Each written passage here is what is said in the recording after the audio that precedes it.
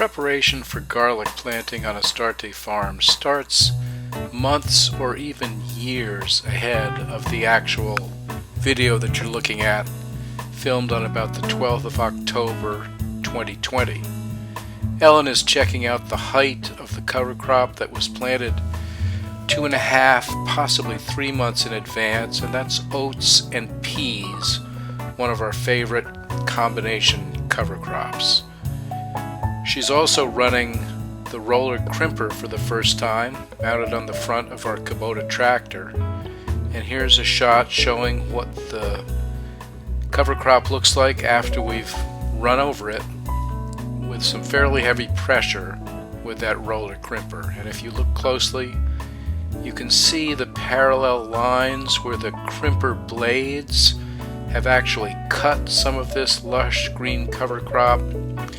And I think we were a week or two in advance of what would have been the perfect time to run the roller crimper, because the crop was not showing any seed heads at all, and I was afraid that it might start to pop up and grow again.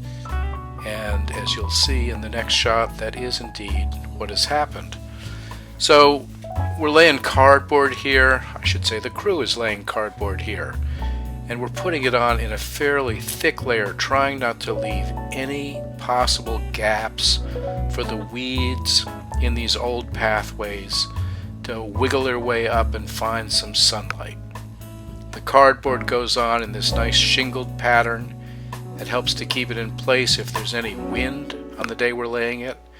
And I can assure you, with a big sheet of cardboard like this, we don't lay this on a windy day ever, unless we want to go chasing cardboard all over Hadley. The next step is to get the wood chips on there in a nice thick even layer. And one of the ways we save a little bit of labor is to run the bucket loader on the Kubota down, and we'll have 2 wheelbarrows basically nose to nose on a pad of cardboard. That catches any bit of spillover that might occur. And the crew is taking a lot of time in the background to check every piece of cardboard for plastic tape. We absolutely hate to leave any plastic on there. It only contributes to the microplastic pollution that our society seems to be creating at a tremendous clip. The cardboard can only have black ink, no colors please, thanks to the National Organic Program. And here's Ellen using a nice light plastic mulch fork. Sadie doing a good job with that little push wheelbarrow. And this is the way we get our cardboard covered nice and thick. If you see the color of those wood chips, they're a nice dark brown. They've been aged for probably at least 6 months. And here's the cover crop after it was rolled. On the left you see the crop that's trying to stand up again, and on the right is the crop that we've run our flail mower over. So here's the flail mower. That's what the cover crop looks like after it's been flailed about 1 inch above the soil surface. Here's our compost spreader and a pile of purchased compost. We're working with the National Organic Program and our local certifier, and only use approved products for that.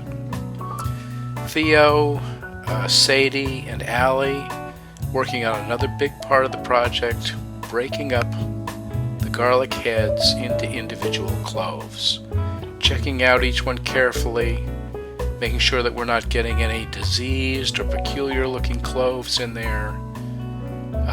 Takes a lot of manual dexterity. We're not hoping not to get any double cloves in there, but stick with just singles. And Theo's going to demonstrate what I call the chef pop method.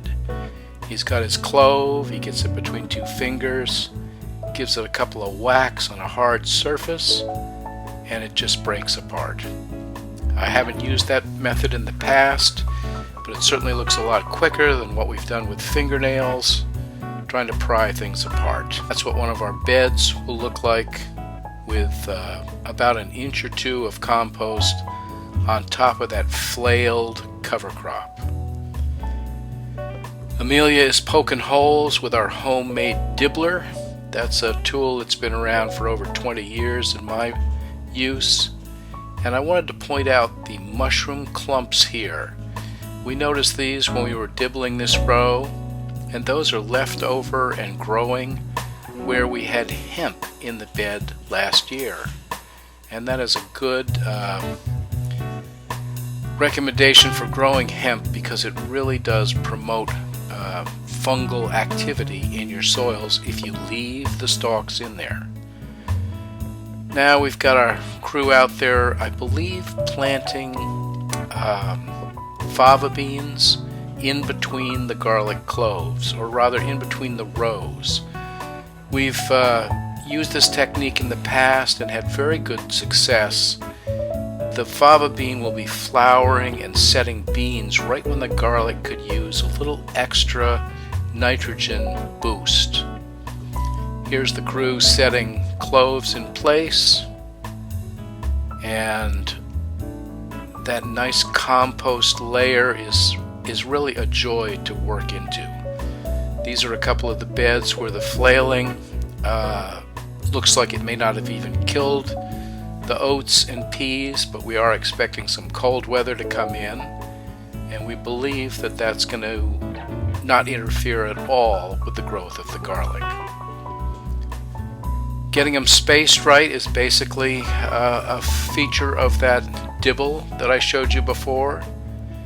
And here again is Sadie adding just a little bit more of the fava bean.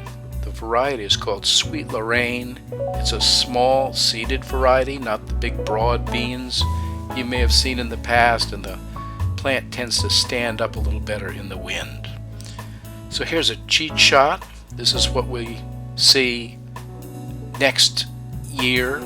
This is the previous season's garlic with the fava beans, and this is a quick shot to show you why we're in such a hurry to get the crop in late October, because by God, the day before Halloween we got snow and we're expecting some real cold tonight. Thanks for watching.